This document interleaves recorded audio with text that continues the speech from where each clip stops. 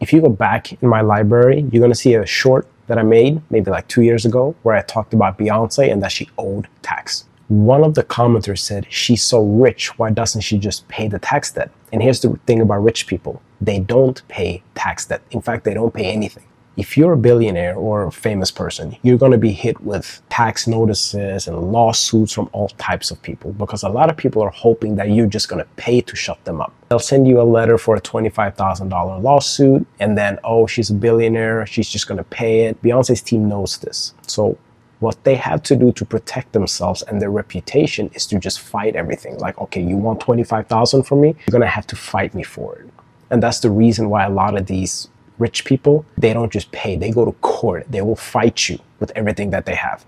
Like, in fact, Beyonce would rather pay an attorney $50,000 to fight you over a $25,000 notice. That's just how it works. Because if Beyonce gets this reputation of being a person that just pays, then it's just going to get worse. She's going to get 10 times the amount of lawsuits and notices because people are like, oh, she's one of those people that just pays, just send it to her, she's going to pay it. I used to work for a billion-dollar fashion company a couple of years ago. And we would always get these notices like, oh, you know, California just sent a sales tax notice. We haven't paid sales tax for 3 years. You owe us $500,000. And we didn't owe them $500,000. But California and every other state, they decided to just test us and see what happens. Like, what happens if we send them this notice? Because a lot of companies, they just pay to just pay and get rid of them. So my boss would have me go down into this warehouse, find every single receipt for those transactions and just send it to them and be like, here you go. And we were always able to get our tax debt down by like 99%. And not because we didn't pay for that 1%. It's usually because we couldn't find the receipt and it was old or whatever the reason was. We just paid the 1%. So we would pay $5,000 out of $500,000 and call it a day. But there are companies who will just pay when these states ask them or tell them that they have a sales tax debt. And these states know it. So they will just send to a bunch of companies and see who pays.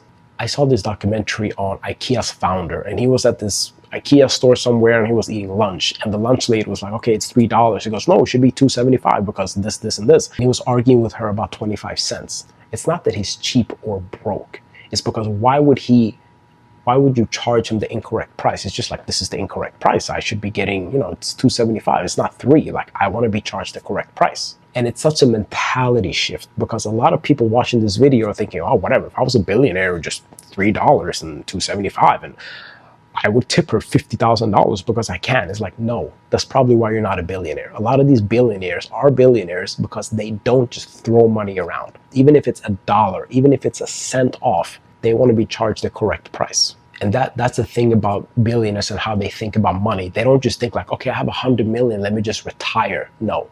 Look at Bill Gates. He has billions upon billions of dollars and he's still working. He's going all in on AI. Same thing with Jeff Bezos. He has billions. He's going all in on AI. Elon Musk keeps working. He's a billionaire, you know?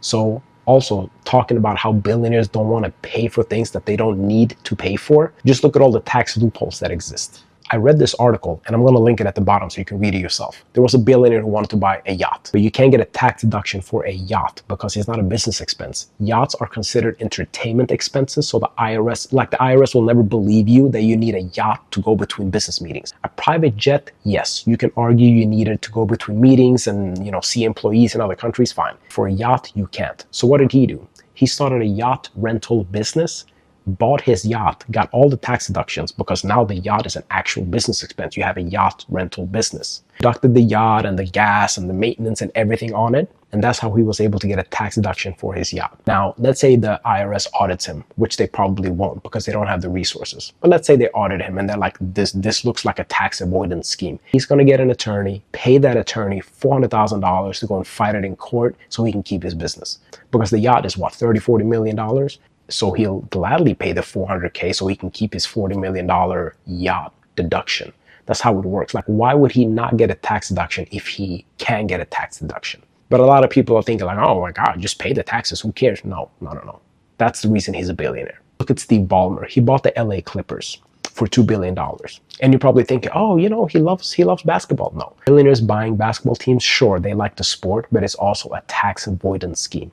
So there's a law that says if you buy a business and a basketball team is considered a business, then you get to deduct the entire cost of the business on your tax return. So if Steve Ballmer makes $200 million a year, but he has a $2 billion loss from buying that basketball team, he's not paying any taxes for the year. And that's a big part of the reason why these billionaires are buying basketball teams. It's not just about the sport. It's also good business. And honestly, us regular people, we should be doing the same thing. I'm not saying don't pay taxes. I'm not saying any of that. But what I am saying is that when you get a receipt at a restaurant, you need to look over the receipt and make sure they're charging you the correct items. Like if you are a graphic designer, let's say, and you work at a company and you have a W-2 job, why don't you start a side business and help small businesses with their graphic designs? Why? So you can start a business, so you can get a bunch of expenses tax deductible. That's how you play the game. That's what these billionaires are doing. I'm a big believer in accepting the world for what it is. Don't just complain that billionaires are getting tax deductions. Use it to your advantage. You're an attorney and you're making $150K a year. Don't think that, oh, I don't need more money. You do. Because what happens if you lose your job in 3 months?